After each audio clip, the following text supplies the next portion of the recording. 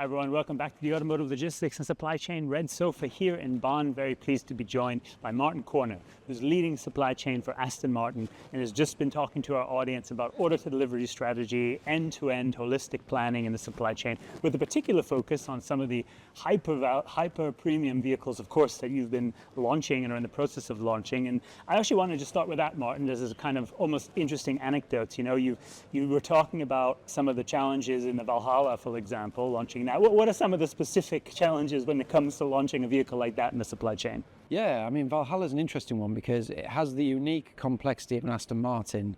High-end interior trim, very unusual paints and graphics. So things like California poppy leather or tinted orange carbon.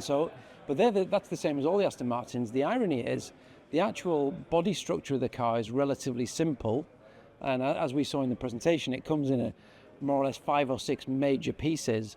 But the issue is whether it's the front end, the monocoque, the understeel frame, they're huge pieces and they're coming from very specialized suppliers from quite a long distance away. And I think that's what makes it unique from a logistics perspective, because the lead time and transporting those enormous pieces of carbon or steel are actually the major challenge from a cost perspective, and actually that flow into the plant and the tied up capital aspect of it, as well as the impact on the income statement and the cost of logistics, is huge. So that's what makes it actually, ironically, it's probably an easier car to build from a body structure perspective, but logistics wise it's more costly, longer lead time, more tied up capital. And then I think that's a good segue into, I think, some of the key messages that you were really sharing. You know, you talked about these principles of order to delivery end to end, and also the rights, if you like, of order to delivery. Talk a little bit for our audience, if you can, about what some of those key points are. Yeah, sure. I mean, the rights that I'd say traditionally supply chains have been involved in are quantity, quality, time, on time, in full, and quality. And of course, that's been the way we've run our supply chains. Lean, on time, bright quality, in full. We've worked a lot with our third-party logistics providers, and that sort of flow of materials and goods in and out of our business, critical. I'd argue that's the day job. I think what everybody's understanding now is actually what you're buying, where you're buying it from, is the major impact on the last two rights, which is cash and cost. And I think supply chain organizations and procurement organizations be more involved upstream in that. Design for logistics, design for cash, design for cost is so important. And particularly going back to Valhalla, the inbound element's critical. What you're buying, where you're buying it from, like those body structures, is crucial. How are the parts designed? How do you make unique packaging to transport them in as efficient way as possible? That really needs to be right at the concept phase of the vehicle when you're setting the targets for ultimately the profitability of the vehicle. And then the other angle, of course, is the outbound phase. If you're selling a car that's more or less £1 million to a customer, as soon as that car is off the production line, optimizing that as cash into the business as fast as possible is also absolutely critical. So the outbound logistics flows are crucial. And as we saw in the design of the vehicle, with those sort of butterfly wing doors that come up, and we have to put in very specific outbound logistics structures, flows. We have to palletize the car. So those elements are also important. We do get into some debates about air freighting cars to customers.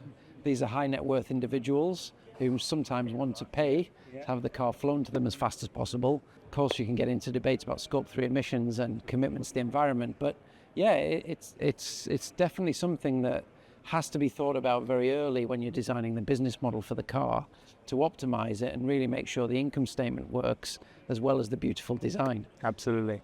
Well, since you've joined Aston Martin in 2022, of course, one of the key things you've been doing is building up a kind of a supply chain management function, team, which can start to get further upstream in these processes and influence it. Now, given the development and launch cycles of vehicles, you're launching vehicles that, let's say, the sourcing and design started well before that. What would you point to as some of maybe the differences that you're starting to see in the vehicles that either are or will be launched kind of since the supply chain organization can have a stronger influence? Yeah, I mean, definitely we're in the will be launched later phase. So there is a next gen of models which will be coming to the back end of the decade, which are the ones where actually there's a new CTO in the company. They've relaunched, they call it a product creation process.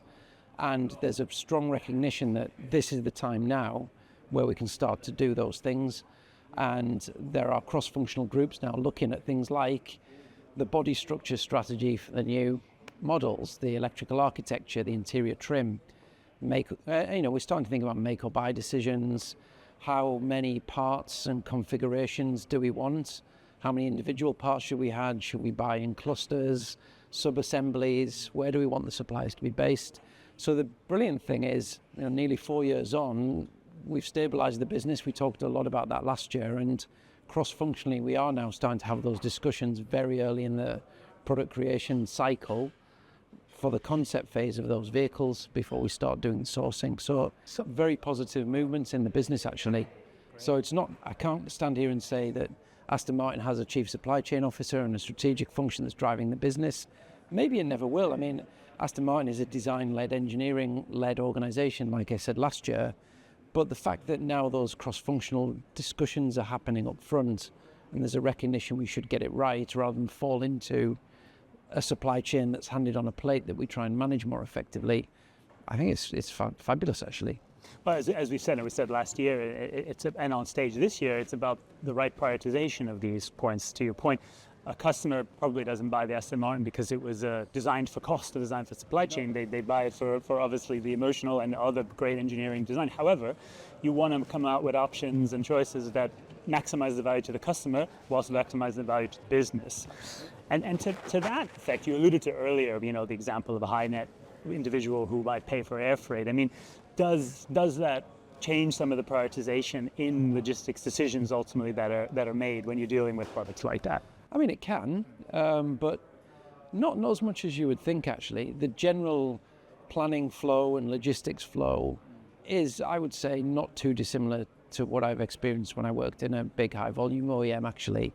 I mean, of course, if there's a particular car for a particular customer, we do sometimes have, let's call them VIP customers who are world-famous names, and there is a big effort to really make sure that if a particular car's requested for a particular person, we walk that through the system, and I think that's about the customer promise. And again, I haven't talked about that yet, but anchoring that whole order to delivery cycle to whatever the customer promise is absolutely essential, and slightly different in Aston. I mean, we don't have the same pressure, ironically, as, let's say, Nissan or Volvo Cars, to use my past employers as examples, where differentiators can be the customer promise, the lead time of the vehicle from the point of order. Obviously, we have an expectation from our customer that they're buying an ultra-luxury product. There is a time to wait for that specifically ordered car with the certain coloured stitching in their interior trim, etc., etc. So we have less pressure in that way, but I think the accuracy still of the supply chain, and I think that cost optimization at the back end, if you think about the dealers, they're not buying a €40,000 car off us, they're buying a £250,000 car or a £1 million car, or for some of the specials, multi-million pounds car.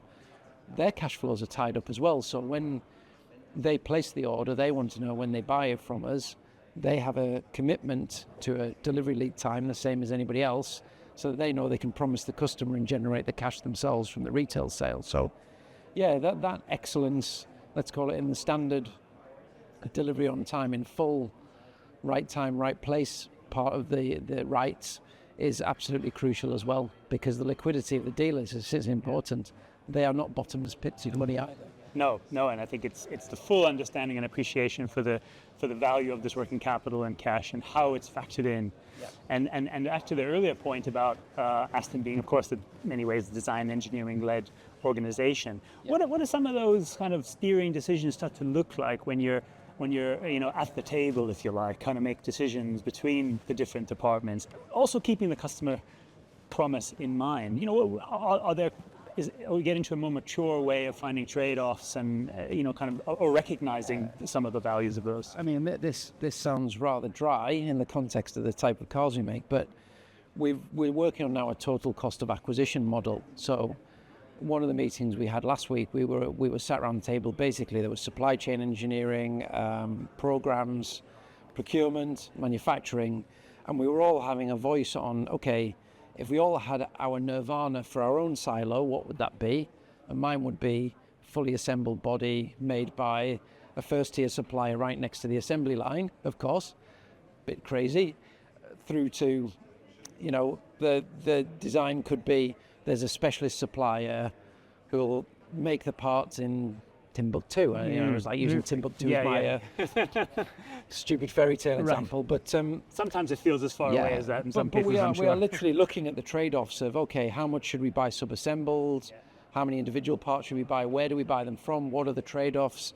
How do we store them? Are there quality implications? What packaging is required? We are literally just running that cost model, and we were looking at probably 8 variations of how to buy the body structures and working it all through together to try and at least create a sourcing strategy for this next gen of models. Yeah, but that sounds to me like it's getting to a much more mature phase and standing.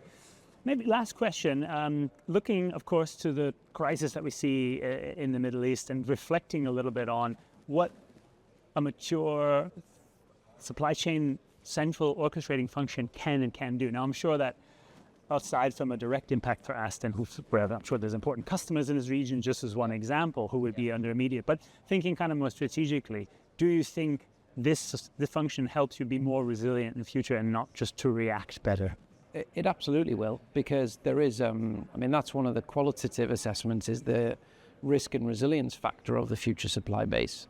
How prone would it be to disruption, whether that's geopolitical, natural disasters going forward? I know there are a lot of digital solutions out there, and I'm sure we will talk more about that, and there are many presentations in the course of the events, but there's probably a simple answer from me, is that the stabilization we've created in the business, in its crudest sense that we talked about last year, means that my team has been able to get its head up a little earlier, and rather than be looking at the next 72 hours of keeping the business running, this time, the moment the Middle East situation happened, for the part supply business, all of my analysts or material planners contacted all of the part suppliers and said, are there any impacts of this for you or the tiered supply that you have into your business? So nothing really scientific about it, just real people-to-people relationships. But they had the time and the space to do it, whereas I'd say 3 years ago we wouldn't. The first thing we looked at was the customers, actually, to be fair. We looked at which cars were in transit to the affected regions to customers. Where were they? Did we need to intervene? Did we need to hold some of the cars for sending them to one of the Gulf states because they could potentially actually be impacted by military action or potential cash flows drying up? So we really went customer first, supply base second, but just that ability to proactively look at it. In an ideal world, we will invest at some point in a supply chain illumination tool or a end-to-end planning tool, because there are multiple out there. Absolutely. Excellent. I won't name any names because we have them here I shouldn't advertise one or two of them, but there's some fantastic solutions out there, which I think for relatively low cost, with some of the agentic AI adaptations in them, you start to get the real-time impact that, it's hard, I was going to name a name there, but this situation starts to kick up. Okay, you have 8 suppliers located in that country, you're stocked out until this period. If supplies don't come through the Strait of Hormuz or wherever, this is when it'll impact your production, and those things are instantaneous. So ideally, I'd like us to get there very soon with some sort of investment in one of these solutions. Absolutely, but I think the message there on that sort of customer first prioritization, but also looking at the supply base, what can get ahead of, paints a much better picture, shows a lot of the progress that's been made. Martin, it's been great having you here.